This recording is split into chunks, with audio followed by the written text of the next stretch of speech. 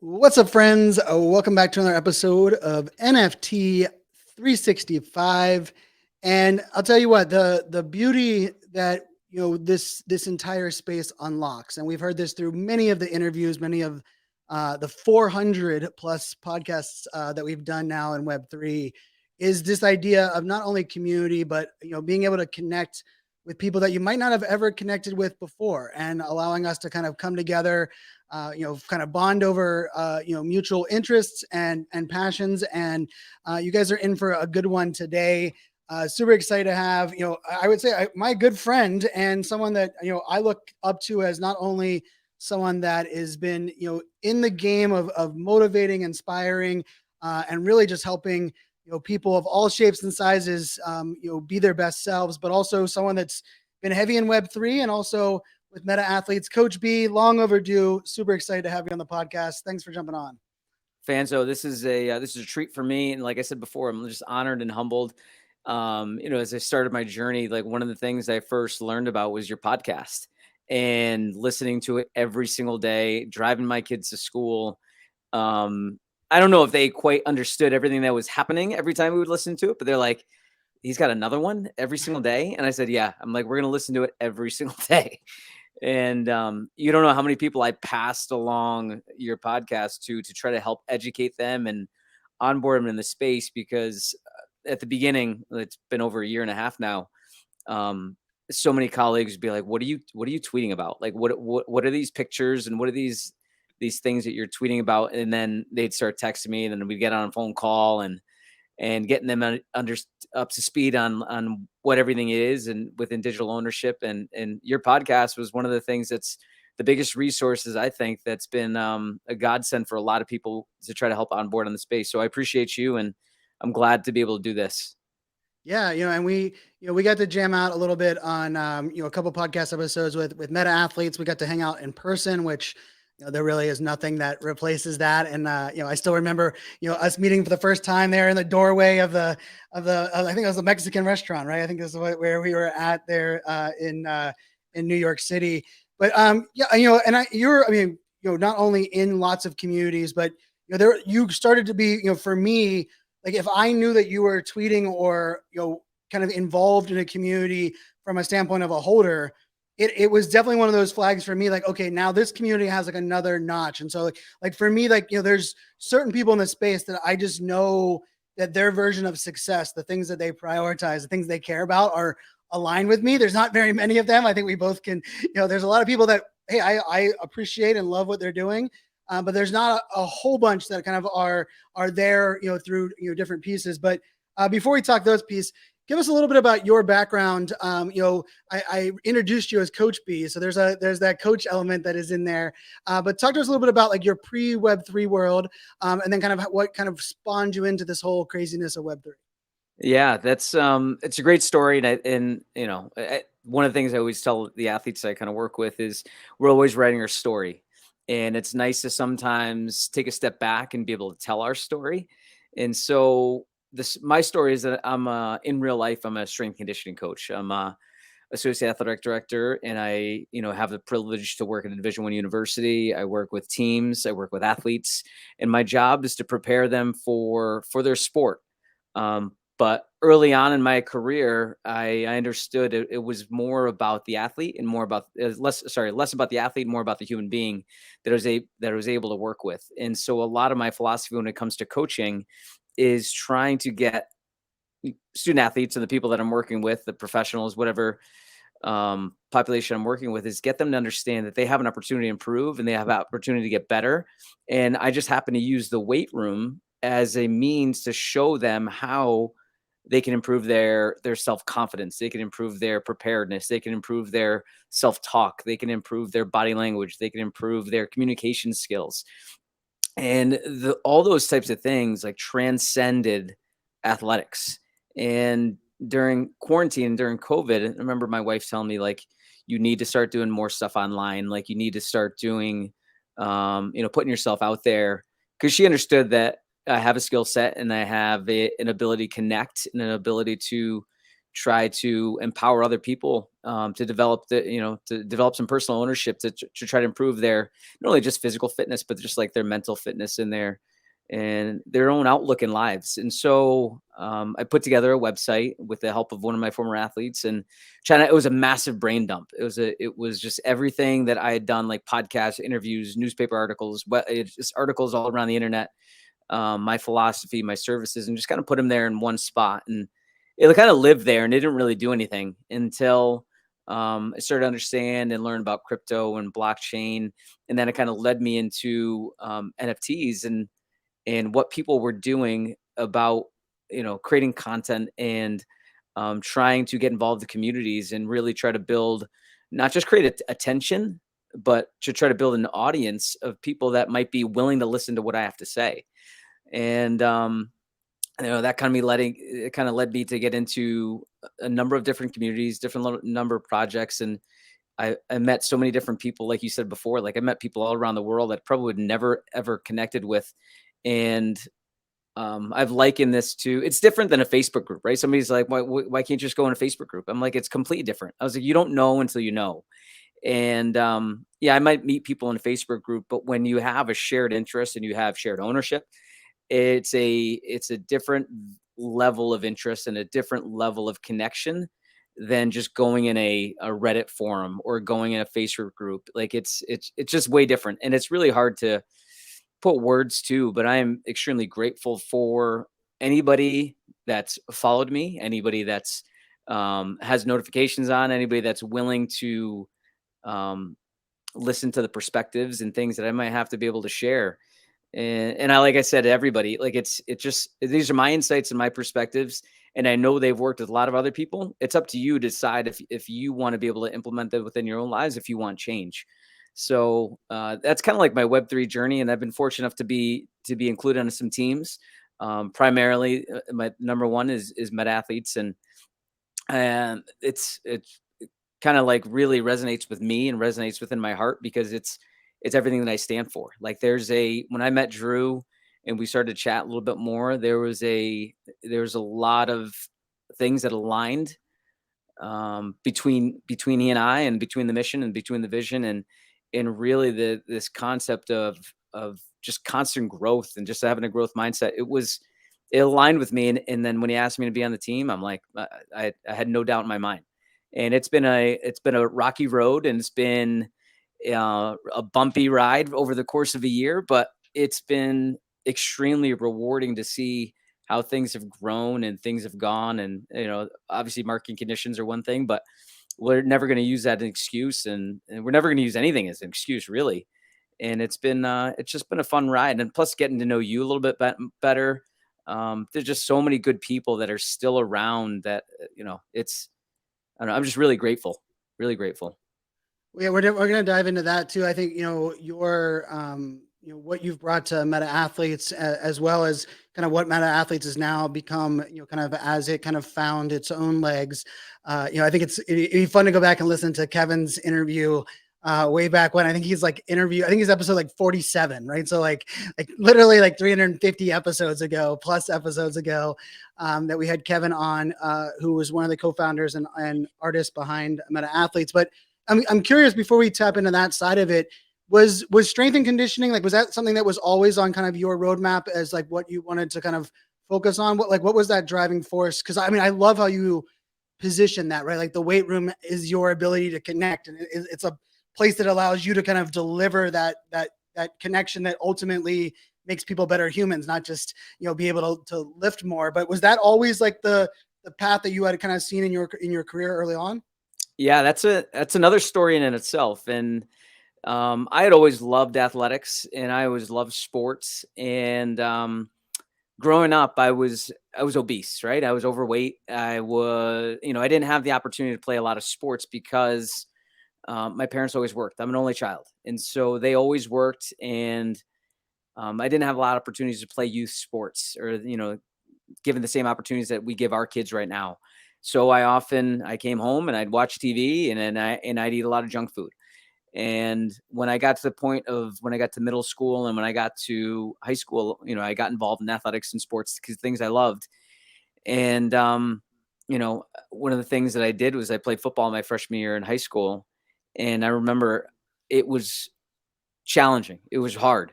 I finished last in every single conditioning drill. I was the kid that teammates had to clap for to help them finish and help them encourage the run and finish the run. And I remember at the end of the season, I was like, I don't want to be in that position anymore. Like, I don't want to be the kid who finishes last. Like, I don't want to be that kid. So I'd committed, you know what I mean? This was 1994. I committed to exercising, eating a little bit better. And back in the day, there was no internet, right? There was no, Right. like, you couldn't just consume information.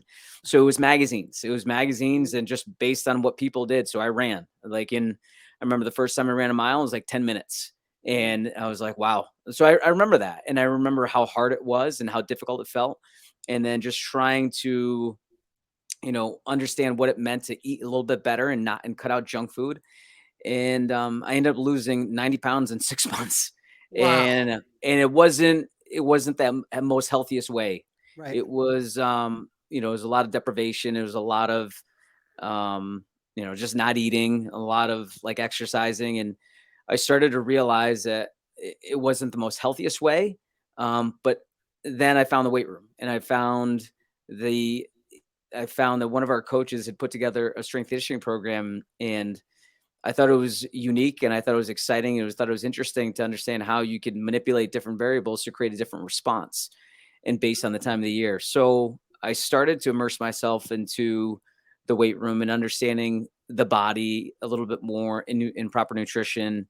And I realized when I was a senior, I was like, you know what? Like, I really love exercise. I really love training, and I really love sports. And I know I'm not going to be a Division 1 athlete. I'm not going to be a Division 3 athlete. Like, I knew my limitations. And so I realized at that point, I'm like, I want to help other people achieve their dreams. And so I had just heard about like strength conditioning as a field. This was like 1998. So I went to the University of Connecticut, and I remember my second week on campus, I went down to the varsity weight room and I said, I want to do what you guys do. And the staff at that time took me underneath their wing, and a legendary staff of individuals that are, have done a lot of really good things and over the years, and just blessed to be given that opportunity. But yeah, that's kind of like the spark that kind of led to me to decide what I wanted to do. And then the rest is kind of history. Wow. I mean, there's lots of that just hit me like right, in the, just the idea that, I appreciate the vulnerability too, right? I think there's a lot of people that kind of shy away from the idea of like, hey, I didn't have the opportunity to play some of these sports, right? That often did, right? I like my mom, I mean, bless her heart, I'm the oldest of three boys, and we were in, a sport every single season. We also played hockey, which, anyone that knows anyone that's in hockey is like the worst times that, and we were in Virginia Beach, which was like the thing, nothing was close. But I will tell you that a couple of things hit me. Like I remember it was my freshman year in freshman year in high school was the first time I broke a 10-minute mile. So when you said that, that like really hit, because like I played baseball and hockey were my two sports, but funny enough, football was kind of my love. And I played flag football through middle school, didn't try out to the team. And now looking back, right, there's a lot of like that, like self-awareness now, being diagnosed ADHD and such. I realized that like I was so scared to be the kid that people were clapping for, the kid that was the not only I was, in a weird way, I was never seen as out of shape on the baseball diamond. I was the catcher, and I could do what needed to be done there. But like anything that was long, conditioning, running, I had 3 knee surgeries, in high school that didn't really help thanks to catching. Like I was the kid that caught, from 5th grade through. My dad had me in a camp every summer, and I ate it up. I love like the defensive aspect of catching was like my thing. And unfortunately it turned into, 3 knee surgeries on the same knee. But the other part of that was like, I didn't have like the self-awareness or like the ownership to be like the fact you went down to the weight room and said, hey, I want to do what you do. That like hit me because like, I didn't have that. Like even in college, playing college hockey, and like, I knew there was like, in a weird way, I wanted to do sports broadcasting. but really I never really wanted to do sports broadcasting. I said I did because I wanted to be a coach. Like coaching was like how could I fit into that realm? But I never had like and like I don't know, whatever that is inside you to be like, you know what, I'm gonna go pursue that. I'm gonna go knock that down. Right. And I happened to discover that I was pretty good on computers. And I was like, oh, I can kind of lean into this side. But like, as you were saying that, like so much of that, like also kind of plays into like what you're able to see in others. Right. And be able to like kind of like not only motivate, but inspire. And you can relate at such a deep level. And I really appreciate that aspect of it. And, I also love, shout out to your wife kind of cluing you into the internet side and being like, hey, you can make a big impact on that way. I'm curious your first kind of impressions, and I probably pre-meta athletes of the NFT space as someone that wasn't drinking the marketing Kool-Aid all in on social media. Like, what was your kind of first impressions of like this culture, just like from a standpoint of like, I mean, you're still here, and like that says a lot. But I'm always curious from someone that that has your profession that also has like a skill set and most wouldn't associate that with trading JPEGs of monkeys. But talk to me a little bit about that like first impression of like how you kind of thought of this whole NFT space as a whole. Well, it was interesting. I had an intern that was kind of keyed me in with a little bit of crypto, and like he's like, I remember he came into my office and he's like, do you know anything about crypto? And I'm like, no, not really. Like I remember like some athletes are talking about Bitcoin back in 2013, and I never really paid much attention to it. And then he kind of piqued my interest a little bit into it, and I started looking at things. And he had left, and he would text me things about like a Bored Ape selling for like $10,000. I'm like, what? And I just couldn't understand it. Right. And then I started to look into, what was the first one? Oh, DraftKings. DraftKings, like when they dropped their autographs collection, I had another friend, we were talking about, digital trading cards, and he was into Panini, and we were talking about DraftKings and Tom Brady being invested and all these types of things. And I remember looking into it, and I was fortunate to get one of those first Tom Brady preseason passes or whatever it was called. Yep. And I'm like, oh, I kind of understand this. I started to understand like what it was and how like digital ownership is the next level of what the internet's going to be. And I was trying to explain it to my kids at the same time too, because they played at the time, they were playing MLB The Show. Oh yeah. And if you ever played MLB The Show, you open up packs of cards. Yep. And you open up those packs of cards and you get players. And I was trying to explain to them, like, if you got two of the same players, you could potentially sell one or trade it to somebody else who might want it. And now you can play with different players that you might not be able to get. And they started to understand a little bit more, but that's how it clicked in my mind. Yep. And then it kind of evolved from sports cards or sports collectibles to PFPs.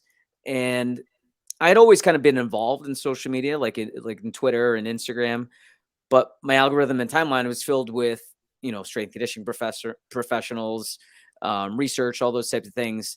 And I often started to notice that some of that became pretty toxic, like in just people, poo-pooing on other people, the way they would do things. And I started to shy away from like those kind of things. So I'm like, why are we so negative? Like, why do we have to hate on things? And then when I started to understand like crypto and following different people in that realm, my timeline changed. Like everything on my feed started to change. It was, for the most part, it was really positive. It was fun. It was engaging. It was like you said, it was a different kind of culture. And it was something that was, it really immersed me. It really like piqued my interest in getting to know more and understanding a little bit more. And which always, I'm a pretty curious person. I tried not to be a judgmental person. I'm pretty curious. So all these things piqued my curiosity to try to understand more and learn more.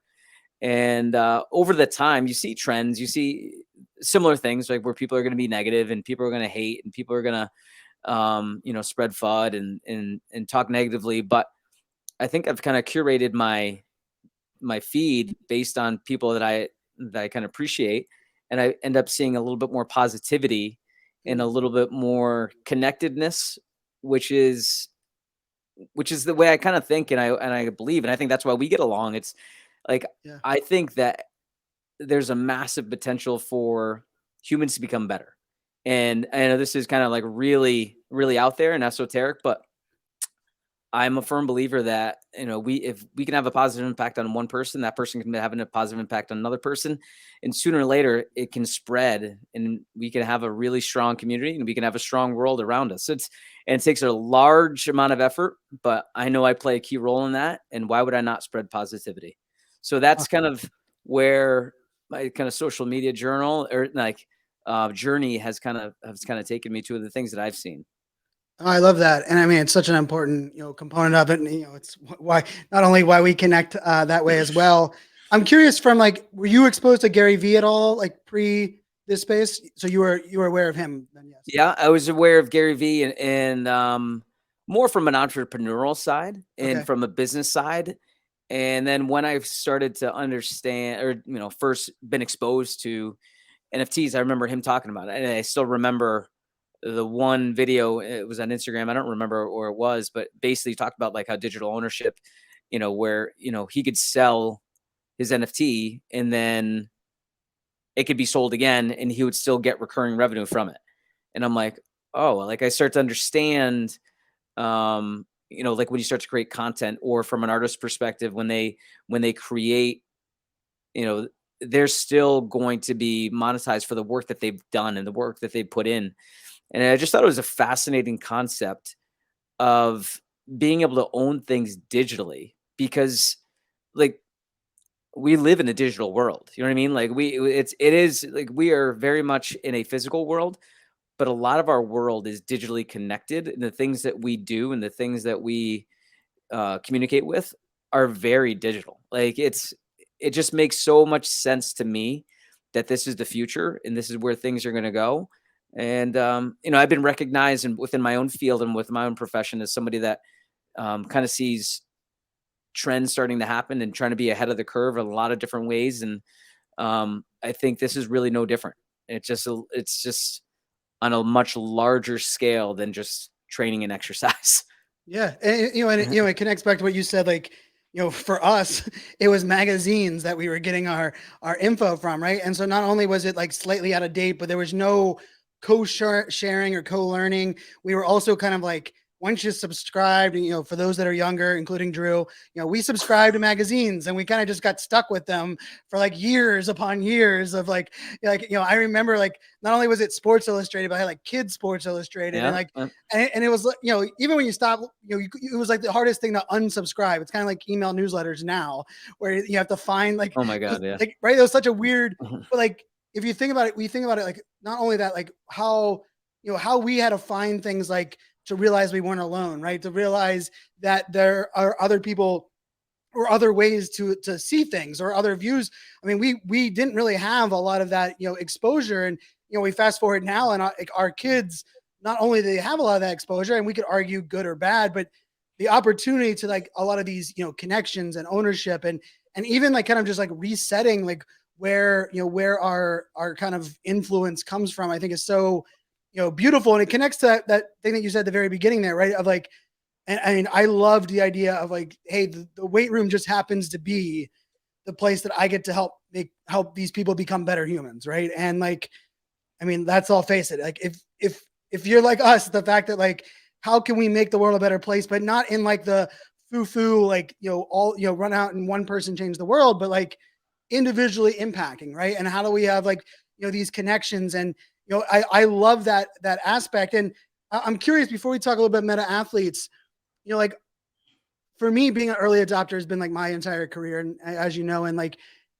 I really struggle with the fact that I feel like the thing that's lacking the most in this space is the concept, the embodiment of leadership as a whole. And like in sports, like and maybe it was me growing up in sports and like just like it just was ingrained, right? Like, I mean, I remember the stuff like the amount of Vince Lombardi references and quotes and things that I grew up with, right? On like, and then and it was the, of course, like the Chuck Knowles and like the Tony Dungy's and like, I mean, like the amount of like kind of that coaching leadership, but then also the leadership within, like, I mean, one of the things I take most pride in is I was the first third line, hockey player in our entire league that wore a letter on their chest as an assistant captain, because nobody, like That's everyone was awesome. like the best player and they were the first or second line. Yep. I was definitely, like, you and I had that in common. Like I knew, like I made the college hockey team and everyone's like, what does this mean? I'm like, it means I get to play 4 more years of hockey. Like there is no skill set that I had. Like I knew I wasn't tall enough, big enough, but like I also knew I played a damn unique role on the ice. Like everyone would tell you, like I was the trash guy for goals. And if you looked on the stats, they like, Fanzo has all these goals. He must have really, I was like, no, I saw the ice better than others. Like I knew where I needed to be and I could see trends and things in others and just position myself where the puck would go. It's like that, Wayne Gretzky quote works perfectly. It's why in the bottom of my email is like, that was literally my DNA on sports. And so I'm curious your thoughts on like, where does that leadership, and I don't think it's an age thing, but I do think like my own personal take is a little bit of like the financial component maybe plays a kind of a interesting role, but like, how can we identify ways for like leadership to be grown and celebrated in this space? Because just because someone's a founder, just because someone's the most talented person on the team, sure as hell does not mean that they are the best leader. And that is such a gap right now. And I'd love to hear your just take on that, because I think it could really help a lot of us not only identify maybe leadership opportunities for ourselves, but also kind of suss out like who are the actual leaders in this space. I think that's a great question. And I think that's something that a lot of people don't understand how to filter that well. And I think you do a great job of it. I think I do a pretty good job of it. I understand what leadership is, and I understand what leadership is not. And I think my experience in sports has helped me understand that a lot. Like I often get asked, like, who should be captain? And I'll look at the roster and I'll give my opinion. I'm like, well, I think this person is, and then somebody might be like, really? Like the person isn't like the best player. Like that doesn't mean anything. Like your best player doesn't want to lead. Your best player doesn't want to have a position of influence. Right. And that's what leadership is. And like the way I define it, and is leadership is the ability to positively influence others to do things that they didn't think that they could do themselves. Like that is my own personal definition of what leadership is. And ironically, I gave this presentation a couple weeks ago to teachers and to a school district.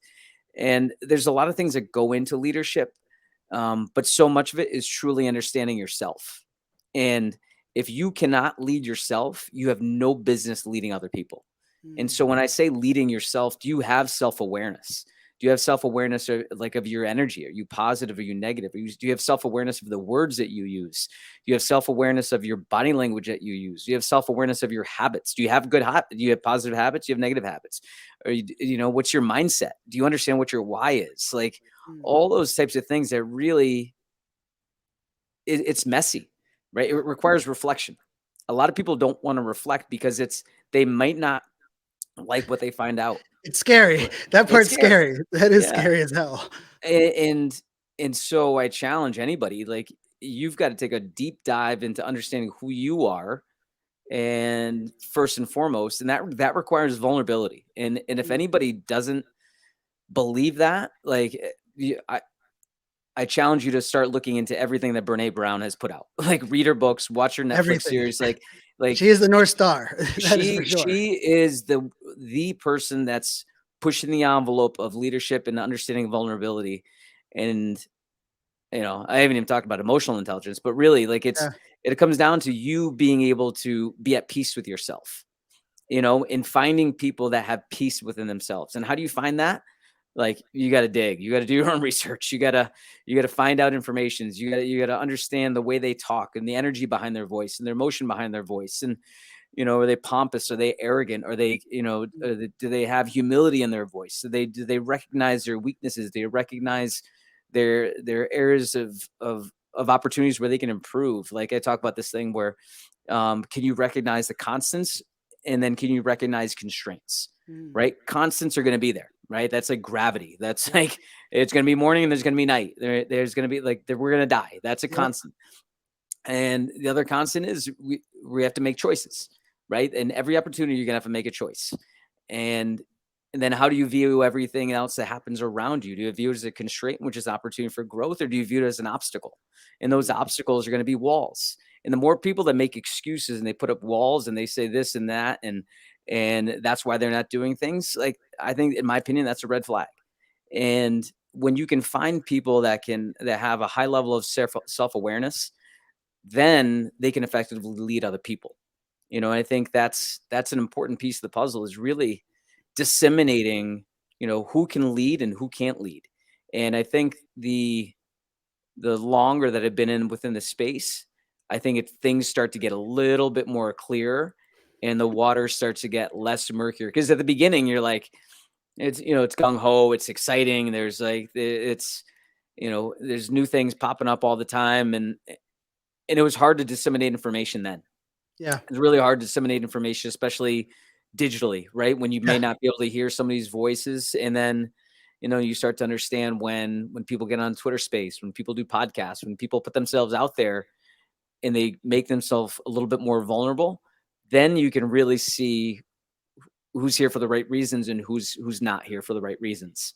So, one of the things, like, I said this to you in a clubhouse, like, way back when we first met, is I can feel your passion, I can feel your energy every time I hear you speak. Mm. I can feel your ability to be vulnerable because you say it all the time. You recognize the things that you're good at, and you recognize the things that you're not good at, Right. and you don't hide the fact. And then I think when you do those types of things, people are attracted to you. And I like to pride myself that, I, I share insights and I share perspectives, but I make it clear, like, I don't know every answer. Right. Like, and I will continue to find and seek and search and learn, because that's the only way that we're going to grow. And if I can show that I'm willing to do those things on a daily basis, then maybe other people are going to be more willing to follow what I have to say. Yeah. I mean, that hits home. And I mean, huge fan of Brene Brown. Got to meet her in person one time backstage. We spoke at the same event, and she was even nicer than you would like think she would be. Like, was genuine as all can be. Like, I spilled my Diet Coke getting up to like shake her hand because I was excited. And it was at this Dell event that I was speaking at, and she was like, "You're the speaker up here." Like, she was doing like a fireside chat, and I was like, "Wait, you care? Like, wait, you know what I am?" And like, I mean, That's she's pretty so cool. good. There's a Netflix special for those Yep. that aren't like the readers. And she does a interview with Dax Shepard on Armchair Expert that I still think is one of my favorite. Like, just the give and take between the two of them. They talked a lot about substance abuse and about identifying some of these like things. And you mentioned about self awareness, and I don't know for a fact, and I'm sure maybe some of the people that worked on my team early on, because I was very lucky, very not lucky. I positioned myself and worked my ass off early in my career to take a leadership management role where every person I hired, all the way up to 42 employees, my first 40 were older than I was. And that was and I was in the government, I was in cybersecurity, where most people didn't even know what cybersecurity was. And I was trying to hire them in these roles. But I don't know if I was self aware then.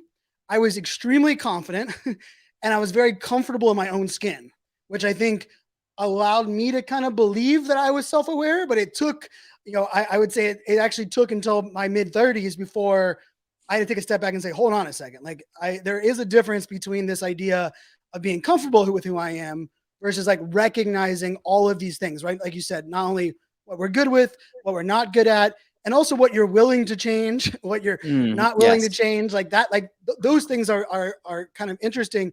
I'm curious because I think this space does have a lot of young leaders or young, let's position that correctly. A lot of people that are in places to lead that are younger, and some of them rightfully so worked their tail off and embraced it.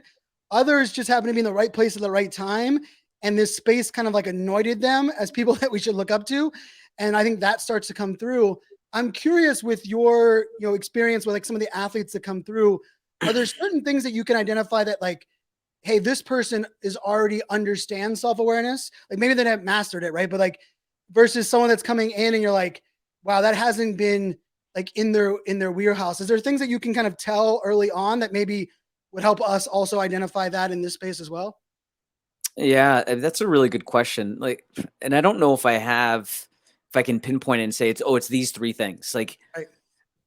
a lot of it is truly observational, like how they present themselves, how they walk, how they carry themselves, how they interact, like how they what their body language is like, and those are the types of things you don't necessarily you're not able Yeah, to none of the see. stuff we get through a PFP photo No, and 230 characters, right? no, Like, you're not. No, and I think you're in Web3, your ability to filter is a lot less than it is like in real life. Like when you visibly connect with somebody, I think your ability to filter all of these inputs that based on what you see, based on what you feel, based on what you hear, it's easier to tell like if somebody's BS or somebody's legit and somebody's real. And I think it takes more time in Web3 to be able to understand the the level of the level of self-awareness that somebody has to be an effective leader. But some of the things that I notice like in my day-to-day are really like the ability to ask questions. Like if somebody is willing to that's a good ask one. like hard questions, they they usually have done some sort of reflection to understand what they're good at and what they're not good at. But along those same lines, I've met plenty of athletes who just ask questions to kind of be like, um, It's like a deflecting mechanism, right? Like they, yeah. And like you might remember Eddie Haskell, right? You oh yeah, remember Eddie Haskell oh from Leave yeah, It to for Beaver? sure. I don't know if a lot of our listeners will, but sometimes you get an Eddie Haskell who just asks questions, who tries to be like not necessarily a brown noser, but um, so you can figure it out sooner or later, like if that person's authentic or not. But the ability to ask questions, I think, is a big one because those who seek curiosity often have a growth mindset, you Mm, know, and the people that have a growth mindset are those are the type of people that you want to be around because they recognize that there's an ability to improve and there's ability to grow and there's ability to move further from where you are right now, right? Like that's the kind of like the science of what a growth mindset is versus a fixed mindset is that people who have a growth mindset realize that they can improve. Like if they hit an obstacle, they hit a wall, they recognize if I put in more effort or if I try a little bit harder or if I try something different, I might be able to get past this obstacle that's in my way right now. Just because the obstacle is there right now doesn't mean it's going to be there forever. right. And the ability to ask questions and being curious is really important. That's the thing that I think that kind of stands out top of mind when you ask me that question of how to recognize if somebody's truly self-aware. Yeah, I mean, I love that. That growth mindset and abundance mindset, right? Like, I remember first hearing that and being like, I felt like everybody I would first see like came across that way, right? I would almost like make this like weird assumption, and I even remember like I would deflect away from, and I think it was actually my lack of understanding growth mindset at its core to recognize that like the people that are there not only to continue to learn but willing to admit they're wrong, and that's where the other question I wanted to throw your way was, one of the byproducts of this space became, you know, I mean, I remember when my wallet got compromised, right? And I put it out there, the amount of people and many names that I've never shared to this day that DM me and that were like, holy hell, like, how did you think, like, why did you do that? Like, how did you do that? Because they had all got their wallets hacked. They had all been horribly impacted the way that it impacted me, but they didn't believe the culture or the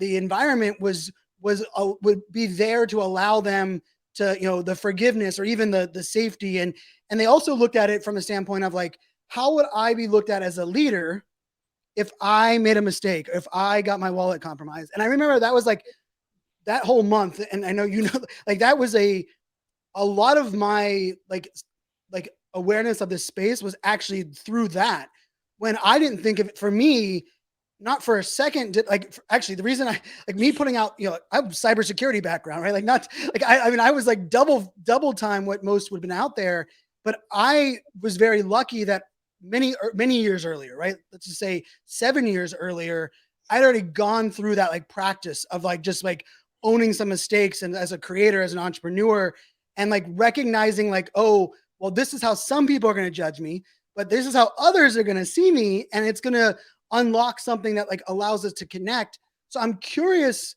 because after that I was like, yeah, of course people need to be vulnerable. But then I've watched this space and we do not give people much grace. especially if they've been deemed, project founder or artist, like, and almost to the point where, and a little bit of a trigger warning for those that, mentioned just, someone that, took their own life, and, just to put that out there, like when, the whole with Twitch, right, that really impacted me a lot, in the sense of like, when there are people that we see as the light, as the charisma, as the having it all, if they admit that they're struggling or that they've done something wrong, I think a lot of us still go to them and be like, "Oh, stop complaining. You have everything already. Why are you whining?" And I feel like that's a tough, really tough spot in this space right now. And there are some people that I judged, that are leaders of projects, that I've recently kind of reassessed my judgment. And I was like, wait a second. Like, I almost now understand why it took 5 months for them to admit that there was like 3 other mistakes that they had made. And before, they were deny. What's your take on that? And is it really a byproduct? I mean, it's, athletes are the same, right? Like, I mean, like watching the combine, I watched every minute of the combine, and like those, like, they can't admit anything, right? And then the one guy like rips his Achilles, and he's like, "Oh, I still want to bench press." And like watching him go out there, he ripped his Achilles, like, I guess like 6 hours before, and goes out there and bench presses like 37. And I remember being like, that's the dude I want to draft him. Like, I want him as a Pittsburgh Steeler, right? But like, that is such a hard spot for people to see, but also for us. Like, I mean, I say on the podcast, I feel like almost every episode, we need to give people more grace, but like, giving more people more grace, if we don't see that, if others don't see that the grace is available, how do we kind of shift that narrative? How do you think about that from a, because vulnerability is scary. Oftentimes, it's like baby steps for us to get there. But are we creating a culture now, like in the bear market, that maybe is more forgiving? Like, it's tough for me to see that. What's your take? That's a really good question, and I don't know if I have the right answer for it, but from what I see, I think what's been happening in the bear market is, I think that there is more patience, with. I agree with that. Yeah. And in some situations, right? And there's some situations, there's a lot of people that are very impatient. Right. And I think the motives matter, right? Like, what are the motives behind X project? What are the motives behind what this person is saying? Are they just trying to pump their own bags and then dump on everybody? Like, what are the motives authentic? And I wish I had an answer for that, but that's a really difficult thing to still be able to tell. Yeah. Is just when you think like somebody, or you feel really strongly about somebody and their ability to lead and their ability to get things done, and then they vanish, it's like shit. Like, what? Like, I thought I knew it. Like, I thought I had a good feeling about what was happening, and then all those things are learning opportunities. Those are learning opportunities for you and for others to be able to recognize and develop that filter, develop that BS meter, like who's legit and who's not. And I can tell you from my own personal perspectives that my willingness to give my attention has shrunk to fewer and fewer people. And those people that are getting it are the ones that I see on a daily basis that make no excuses at all. Mm. The ones that are fully transparent with what is happening on a regular basis, and the ones that execute. I think that is probably the biggest thing, is words are meaninless without actions, right? You could say everything that you want to say, but if you're not showing it and you're not showing up on a daily basis, then I'm not going to give you my attention. Yeah. And my attention, like, that's part of me, right? That's part of my being, and I'm giving you my attention, which is ultimately my time.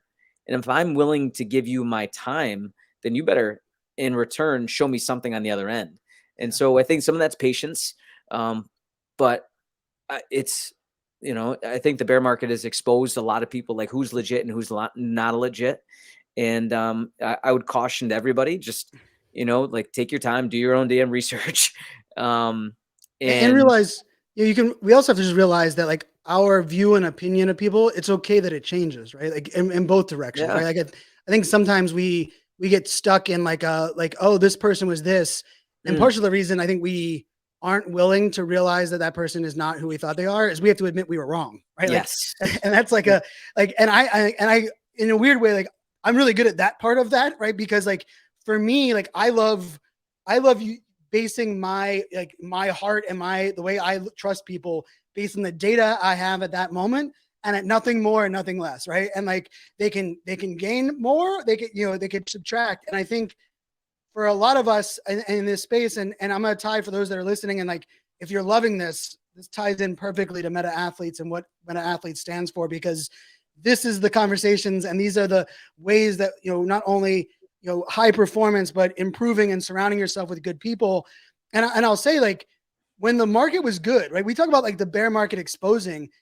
I would argue a lot of the people during the bull market, we would never have known that this side of them existed. Like we have to almost give ourselves, like, this is where you give yourself grace and be like, it wasn't that I was wrong. It was that there was zero data points or opportunity for this level of who they were to be exposed. We just weren't. And like, I mean, some of them are past guests of this podcast that at the time, and I held them at a standard. They were delivering, their actions met everything, right? Based on the data I had.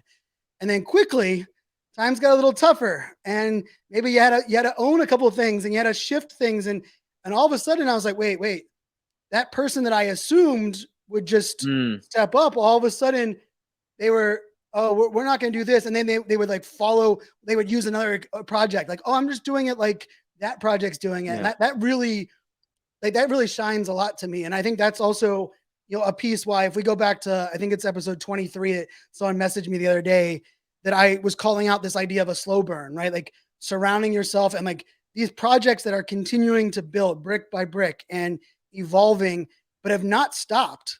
Like that is like, I mean, that's like the foolproof plan, right? Like the ones that you're like overnight. And so, with Meta Athletes, like one of the things that I love is just the coaching relationship, the athlete relationship. And I think it's part of the context. And we didn't do a great job of this early on, even on the podcast, as being involved with Meta Athletes since the beginning, of really conveying that it's more than just an athlete. And I think your statement at the very beginning, right? Like Meta Athletes is more of just like the vehicle, like the weight room, like you said, right? It's around people that believe in being a better version of themselves.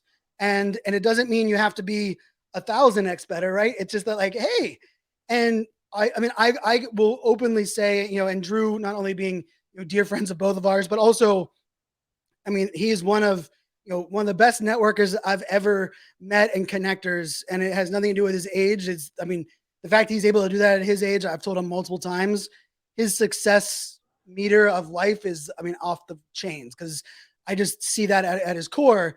But I also know he's really good at allowing, like, assessing and realizing, like, when I surround myself with good people, I also have to evolve my like thinking. And I will say, Coach B, since you became more involved in in Meta Athletes and joining the team, the whole mission, the message, and like kind of those things that were, I think, there at the beginning started to actually come to fruition and started to be things that I saw Drew step into, right? And they were things that I remember Kevin highlighting early on, but they were a little bit harder to kind of put into perspective. And so, I mean, I'm loving what Meta Athletes is not only becoming but continue to evolve. Talk to me a little bit about how that has been for you, because I know we connected early on from that. Drew was the common theme there, which is he's a common theme for a lot of great connections. But then just even like, I mean, for those that maybe don't have a Meta Athlete or haven't jumped in yet, I'm going to put it out there because I'm going to pull the Babe Ruth and call the shot. March is a great month for the project to mint out, and I think it will, because I think the timing makes a lot of sense for a lot of things, but also the project has become mature to be like, this timing makes sense. How have you felt like that whole thing? Because it's been fun ride to see it from my side, and I'm not in on the day-to-day pieces of it, but I mean, it just feels like the project is aligned, Coach, for your message, your mission. And, Drew is a great steward of kind of, working with you on that as well. Yeah, there's a couple things I wanted to go back to, like, Okay. and then I'll talk about that. Like I remember that episode with slow burn, right? And that, I think you were probably the first to coin that term, because I don't remember anybody ever talking about a slow burn.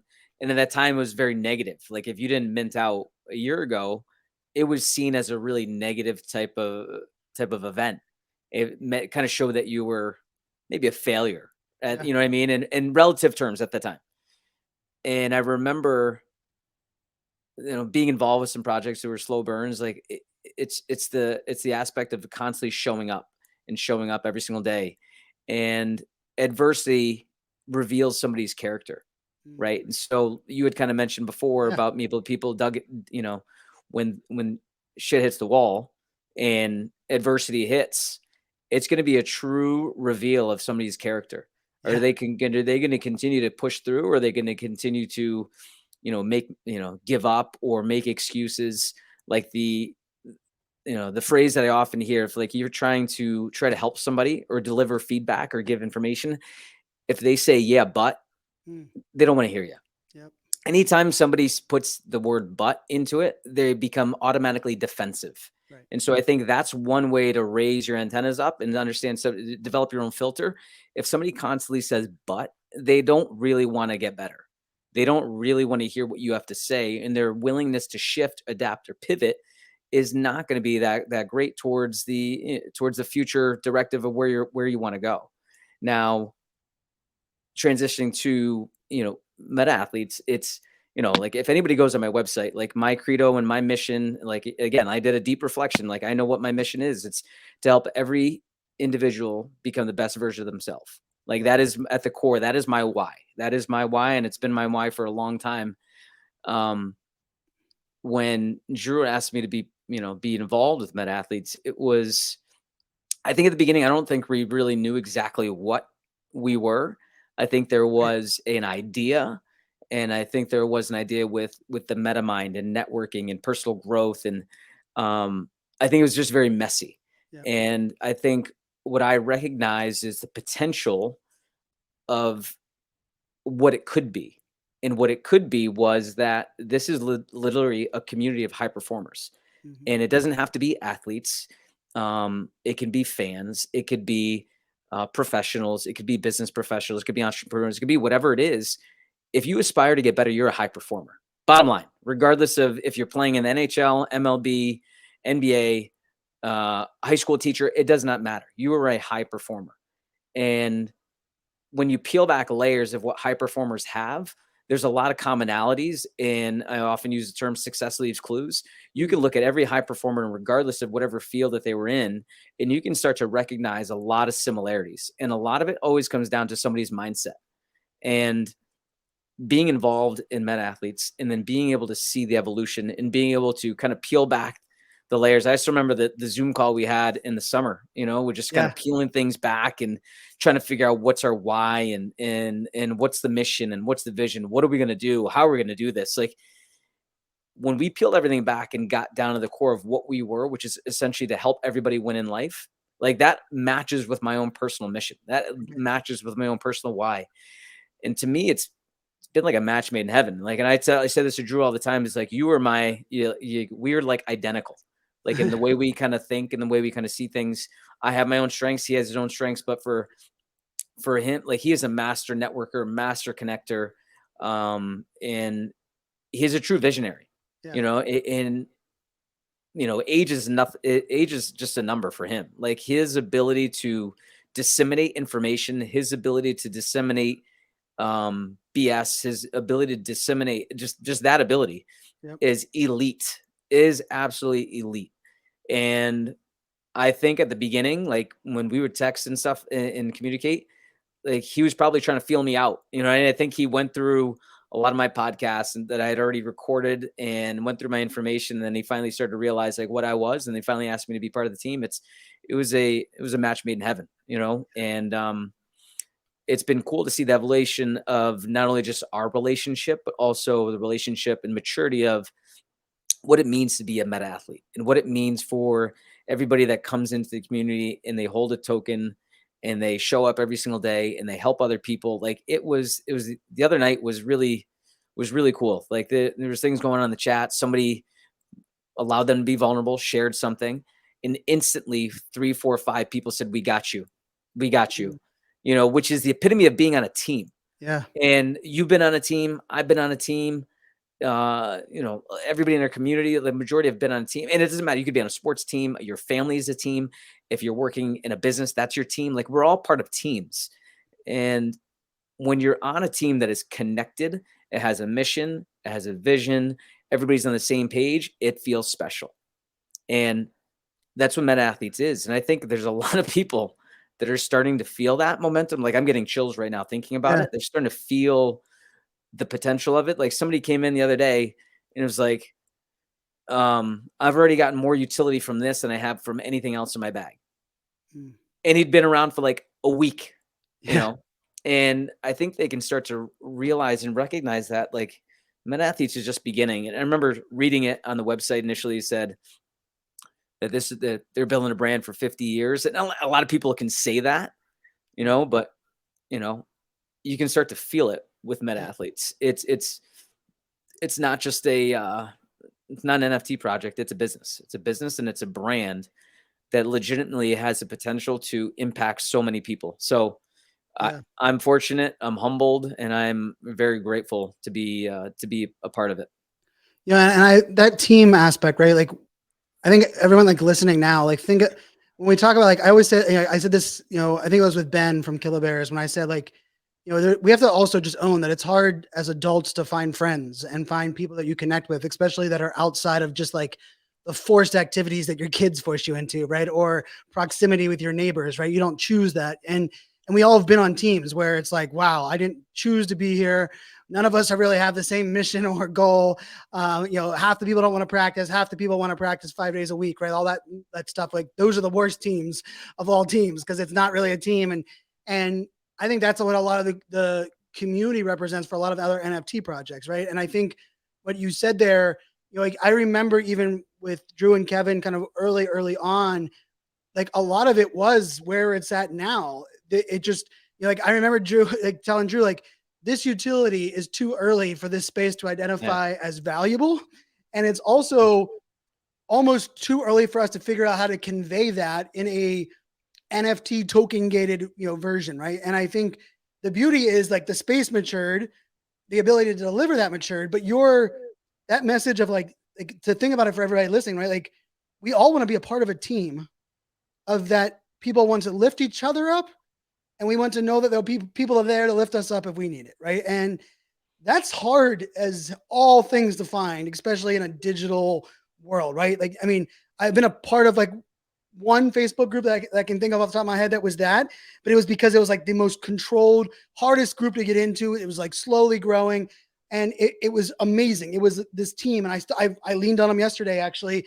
And the Facebook group doesn't exist anymore because COVID happened, but I leaned on like the core group of people that I met there. And I'll tell you what, meta athletes, from the idea of being able to, to find others that are sharing best practices. And I'll say just for anyone that's like, if the word high performer you don't identify as that, I remember the first time I heard that and I was like, man, I'm not sure I would qualify myself as a high performer. And it wasn't because like that I don't match the definition, but like for me, like I guess there's like a little weird thing inside of me that was like the 4-day work week with Tim Ferriss, or like there's a lot of these things I think that were ingrained in like this like life help, life coach, coach less, all these like things that have been kind of thrown in our lives in the last say 7 years that I think a lot of it made us feel that others were higher, performing. Therefore, we wouldn't identify as a high performer. And I love how you kind of reset that, right? Because I think it's important for us to look at it and be like, are you curious? Are you willing to put in the work to be better? Are you realizing that the world changes, life change, and you need to change, right? Like those are qualities of that high performers. And I also think like, I mean, the coaches that are in this group, right, from all walks of life, from like previous athletes, but also those that are some of like the best mindset coaches in worlds that are with entrepreneurs and business minds. Like that to me is something that it gives me chills too, because I think we were striving for that in Web 2. We've been striving for that. I think we realized it more so during COVID, how much being part of a team is needed and vital. And for many of us, the hamster wheel stopped and it was like, oh shit, kind of alone on this raft, and I don't even know where to find my team. Like, where do I, and not to mention we were locked down, but like we finally slowed down. And I love that's where, Meta Athletes, has now become, today I got a message from Drew and he's like, hey, such and such, one of our big listeners here, just jumped in, aped into Meta Athletes. And I was like, my message Oh, yeah. back was, I knew he would be coming into Meta Athletes, but I also knew that the timing had to be right for him. Timing had to be right for Meta Athletes, and all of it kind of needed to come to like fruition around the same time. And like that to me is like each time I open the chat, each time I open the Discord, the conversations and the people, it's like where I want to be listening, right? Like that, and I, and of course DYODR and that side of the house for everyone that's listening. But I mean, if you're listening to this podcast right now and you've been on this damn journey, you're a high performer. Like, yeah, no doubt. like No doubt. you would not have made it through this freaking roller coaster if you didn't recognize that, like, that you're gonna have to, strap up the boots, right? You're gonna have to put on those things. And so I love that aspect. So for those that are like listening right now, Coach, that are like, ooh, Meta Athletes might be something interesting, or they didn't maybe understand that side. It's minting still right now, right? Which is beautiful. And it's minting with, there's male and female PFPs, which is also kind of a nice, byproduct of the project growing as well, which Drew can tell anybody. Like my very first call on the very first day, that was my very first comment. I was like, I love the male PFPs. I was like, but where are the female ones, right? And those are part of the collection now.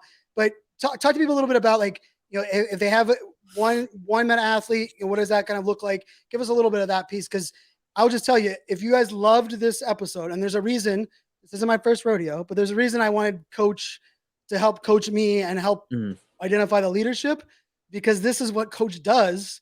And this is what exists in Meta Athletes. And so if you love this episode and that discussion, then this is the community for you. And I think this kind of leads into some of the opportunities for people to join. Yeah. The number one thing that you're going to get from Meta Athletes, which is different than a lot of other masterminds and networking things that you might have signed up for in the past, is typically with those kind of subscription-based models and things that you've gotten in the past, it's content, right? You're given content, you're given videos, and you're left to consume the information on your own.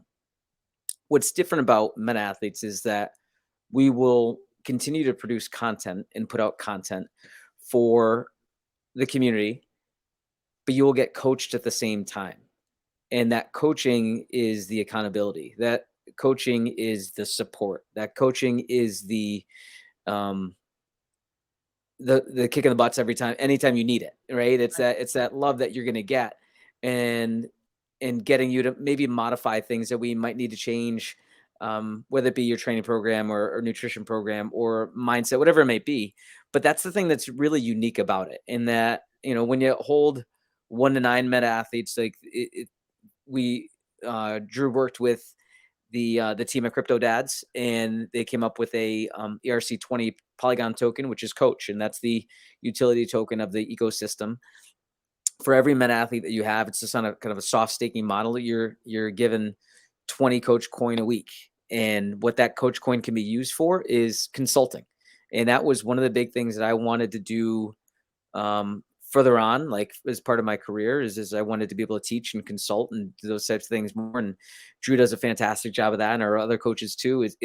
That's one of the biggest utilities that you're going to get. So the more Meta Athletes you have, the more Coach coin you get airdripped, as Drew says, each week. And when you accrue a certain amount of Coach coin, you have the opportunity to schedule 15-minute consult calls.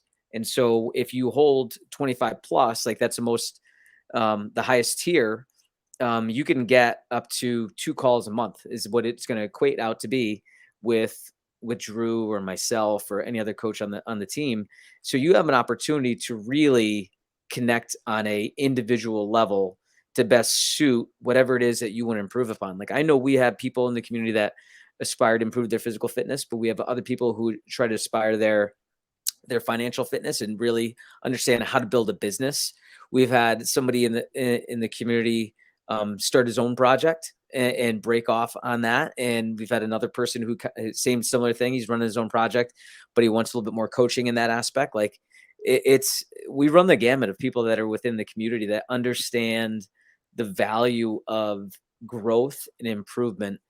And that's what the difference of Meta Athlete is versus any subscription-based model that you might subscribe to, is that you're going to get that support and you're going to get that attention. It's not just from the coaches, Right. but from the people, from your teammates, right? That's what we kind of liken everything to do. That's the terms we use is when you get a Meta Athletes NFT, you're on the team, Yep. right? And then, when you hit 10, and now you're an assistant coach, right? And then after that, then you become a general manager, and there's different other types of perks and stuff for the tiers in terms of raffles and athlete giveaways. But the biggest thing is the utility of coaching and the utility of being on a team, which it's powerful. It really is. It's been a sight to see how everything's evolved and grown, and everybody's taking some ownership within the team, and it's really cool to see.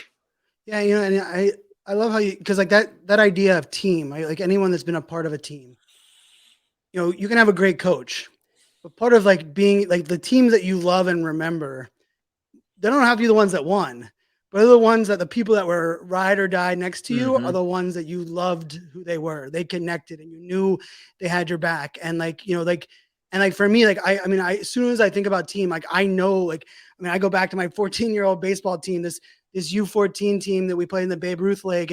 And my dad was the coach, which, I grew up with my dad being my coach for all my sports, except for hockey. And I don't know if there was, my dad always jokes, the only sport I didn't coach is the only one you decide to play, in college with. And I was like, well, Dad, nothing to do with you, I promise. But like that idea of like that connecting with others, right? And I see that within the Meta Athletes, chats and conversations. Is like, oh, you're going through that as well. Even like, those that are in the Peloton, right? Like the Peloton conversations go, like, there's a ice bath conversation. There's a, nutrition one. And I'll say, like, from my standpoint, like there's also different ways to find your journey. I was joking with Drew on the Twitter space the other night.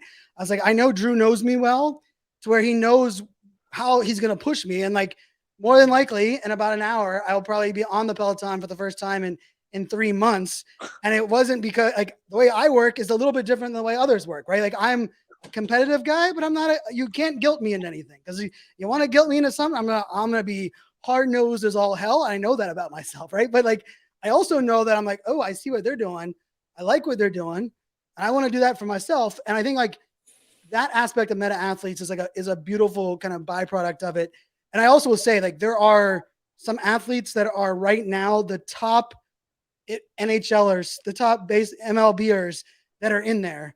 And then there's also those that are like, hey, sports weren't my thing, but I am now a better mom, a better dad. I'm now recognizing my role and, in these different things. And so I love that. I also love that it kind of now all makes a lot more sense, right? It's kind of like a beautiful, it was a melting pot of like a whole lot of things in there for a long while, right? And it was partially, I think we all grew as a culture, but I think we all grew as like what we represent as Meta Athletes. And I will say, like, I'm very proud to see what this has all become, and even more excited for, where it's kind of going for all that. And, I without question have 1,000% bias in my whole conversation here. And I'm as transparent about it as it gets, but I will also say there are very few times that anyone can say that they've heard me kind of dial it into that level. And I will say I think every time that I have at this level on the podcast, those are the projects that are still showing up, right? I will tell you, Meta Whips is a project that is a slow burn that I still to this day will be a project people will regret not being a part of it and not owning like what that meant. Crypto Dads and now how it's evolved. There's some really great projects that I will say the theme I believe in all these great projects right now is they're evolved to find their stride, and their stride is kind of coming into a beautiful kind of picture now. And Coach, you've been a great leader there. I love, I know Drew, big shout out to Drew and most of everybody here that listens to the show knows, Drew's role, with this podcast, role with, the business as a whole. But Coach, this was a heck of a lot of fun. I just looked up now the time and realized we are over an hour, which is just, that shouldn't surprise anybody, but I just love this entire conversation. I love your point of view. And I will say this with 1,000% conviction, like you being a part of Web3 makes Web3 better. And I think that is a beautiful thing that I'm just thankful to be part of that, with you as well. So, thanks so much for coming on here today. Thanks, Fanzo. Like I said at the beginning, I was humbled and honored to be on this. I've listened to you for over a year. I've gotten to know you for over a year, and I am humbled and grateful for all the wonderful people I've been able to meet. And Web3 is here to stay. It is here to stay, and we're calling our shot. Meta Athletes 0.03 ETH right now to mint that. It's a beautiful entry point, beautiful one to get in there. If you have questions about it, hit up on the DMs, hit up the Meta Athletes handles. We'll put them down in the show notes as well. And I will say, there's pretty much one guarantee in this thing is that you don't have to worry about the team or the founders not being aligned with the podcast and the mission, because this is of all the projects and all the things. These things kind of run hand in hand. I will also give a shout out, podcast listeners discover podcasts by podcasts. Coach and Meta Athletes has a great podcast. I've had the opportunity to be on there a couple of times as well. I'm sure I'll be on there a couple of times in the future. Love what the podcast has become. It has a little bit of everything that gives you a little bit of these doses that you might want to just have from a content side. So we'll link that up in the show notes. But yeah, Coach B, thanks a bunch again for all that you represent. Thanks for, he also is the king of the merch game in NFTs, which I want to kind of relinquish that. I know he's got the Meta Athletes one on. I didn't have one on now, but, I was wearing my Diamond Dogs jersey earlier, yesterday, and I had a couple different ones, but great merch game recognizes great merch game. And that's something I always see there. So for everybody listening, for everybody tuning in, thanks so much for, being a part of this journey. Thanks for, being willing to come on the thing, right? I know this podcast is titled NFT 365, but we could probably just remove the NFT part and just call it 365. And in the idea that, the whole mission here is like, how do we level up? How do we find that harmony between technology and humanity to make us all better, to make us all move forward? And this episode to me is the epitome of that, and excited to get this out to the world. And until next time, my friends, make it a great day. Cheers, everybody.